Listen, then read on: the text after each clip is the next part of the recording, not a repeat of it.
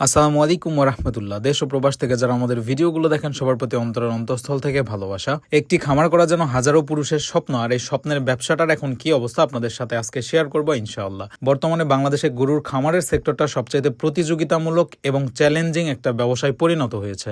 একটা সময় ছিল যখন আমাদের বাপদাদারা গ্রামে কয়েকটা করে গরু পালন করতো এবং এটা ছিল তাদের বাড়তি আয়ের উৎস, এটা কখনোই তাদের মেইন প্রফেশন ছিল না। কিন্তু বর্তমান জেনারেশনে বর্তমান সময়ে কালের পরিক্রমে এটা একটা ব্যবসায় পরিণত হয়েছে এবং আমি বলবো হ্যাঁ, এটা অনেক লাভজনক ব্যবসা এবং এটা একটা সেফ বিজনেস।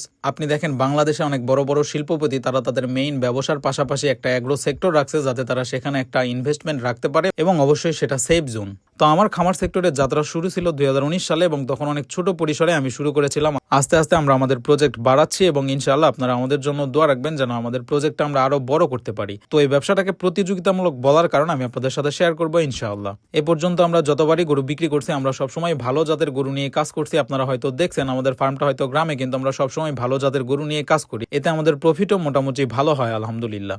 এ পর্যন্ত আমরা হাট থেকে যতবার গরু কিনেছি আমাদের কখনোই এত ভোগান্তির মধ্যে পড়তে হয় না। এইবার গরু কিনতে আমরা যতটা না ভোগান্তির মধ্যে পড়ছি, আপনারা হয়তো ভিডিওতে দেখছেন আমরা লাস্ট কয়েকদিন ধরে চেষ্টা করতেছিলাম গরু কালেক্ট করার জন্য, কিন্তু আমরা ভালো জাতের গরু পাচ্ছিলাম না এবং গরুর দামও এখন তুলনামূলকভাবে অনেক বেশি। এই গরুটা কেনার পর আপনারা পজিটিভ নেগেটিভ অনেকেই অনেক রকম কমেন্ট করছেন। আপনারা যারা এখন গরু কেনার চেষ্টা করতেছেন বা হাটে ঘোরাফেরা করছেন তারা হয়তো বুঝতে পারবেন যে এখন গরুর দাম অনেক বেশি এবং আমাদের অঞ্চলে গরুর দাম বেশি হওয়ার কারণ হলো অনেক খামারি আছে দেশের বিভিন্ন প্রান্ত থেকে আমাদের রাজশাহী অঞ্চলে গরু কিনতে আসে এবং এই সময়টাই আমাদের এদিকে গরুর দাম অনেক বেশি থাকে এবং প্রায় 2 মাস 3 মাস এইরকম চলতে থাকে। যেহেতু আমাদের ফার্মের গরু আমরা নিজেরাই কালেক্ট করি, এজন্য আমরা দিনে দিনে এবং অনেক হাট ঘোরার পর আমরা আস্তে আস্তে আমাদের ফার্মে গরু কালেক্ট করি।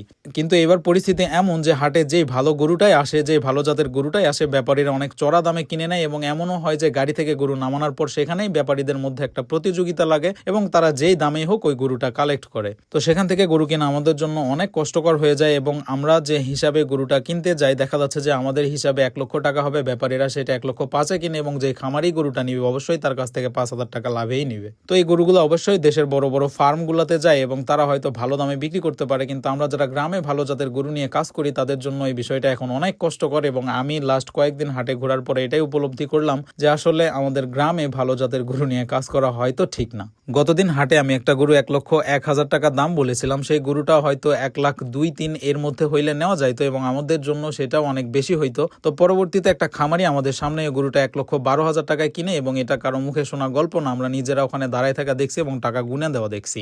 অবশ্যই তারাও লাভের আশাই গরু কিনতেছে, 5,000 10,000 কম হোক মোটামুটি ভালো প্রফিটই করতে পারবে। আর আপনাদের আরেকটা কথা বলি, আপনারা যারা 3 মাসের প্রজেক্ট করেন বা শর্ট টাইম প্রজেক্ট করেন তাদের গরু কেনার ধরন আর যারা ঈদ কেন্দ্রিক গরু পালন করে তাদের গরু কেনার ধরন কখনোই মিলবে না। কারণ আপনারা চাইলে লাম্ফির দাগ আলা, লেজ কাটা, পায়ে দাগ এগুলা সবাই গরু কিনতে পারেন, কিন্তু একটা কুরবানিতে যখন আপনি গরু বিক্রি করতে যাবেন তখন মানুষ দেখে গরুটার কোনো খুদ আছে কিনা, কারণ নিখুঁত গরুই কুরবানি দেওয়ার নিয়ম। এজন্য আমরা যারা কুরবানি কেন্দ্রিক গরু পালন করি তাদের এই জিনিসগুলো মাথায় রাখতে হয়। আর এ ধরনের ভালো জাতের গরু কেনার পর দাম বললে অনেক বিতর্কের সৃষ্টি হয়, এজন্য যারা ভালো জাতের গরু নিয়ে কাজ করে আমি দেখছি তারা ভিডিওতে কখনোই দাম বলে না। তো যাই হোক, আমি সবসময় চেষ্টা করি আপনাদের সঠিক তথ্য দেওয়ার। এখানে আমার যদি লস হয় 5,000 লস হইলো আমি আপনাদের সত্যটাই বলবো, কারণ যেহেতু আমি নিজে কিনি এখানে আমার 2-4 হাজার লস হইলো কিছু যায় আসে না, কারণ এখানে আমার দালালরে 1 টাকাও দিতে হয় না।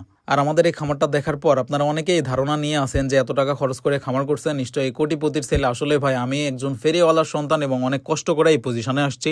আমি ফেসবুক পেজ খোলার আগে আমার এই খামারটা করা ছিল 3 লক্ষ টাকা খরচ করে, শুধুমাত্র আমি গ্রামে শান্তিতে থাকবো এবং হালাল একটা প্রফেশনের সাথে যুক্ত থাকবো এজন্য। তো এই ফেসবুক থেকে এটা আমার শেখা যে আসলে সত্য কথার ভাত নাই, আর বাঙালির মাথায় কাঁঠাল ভেঙে খাইতে পারলেই ভালো। আমি বুকে হাত দিয়ে বলতে পারবো যে আমি ন্যাচারালি গরু মোটা তাজাকরণ করি এবং আমি যা প্রফিট করি অন্য খামারিদের চাইতে যথেষ্ট ভালো প্রফিট করি, without medicine and without any broiler feed. তো যাই হোক, ভালোবাসার মানুষজন আপনারা যেন আমাকে ভালোবাসেন, অবশ্যই আমার জন্য দোয়া রাখবেন। আল্লাহ তাআলা যেন আমার এই ছোট্ট ব্যবসায় বারাকা দান করে। আসসালামু আলাইকুম ওয়া রাহমাতুল্লাহ।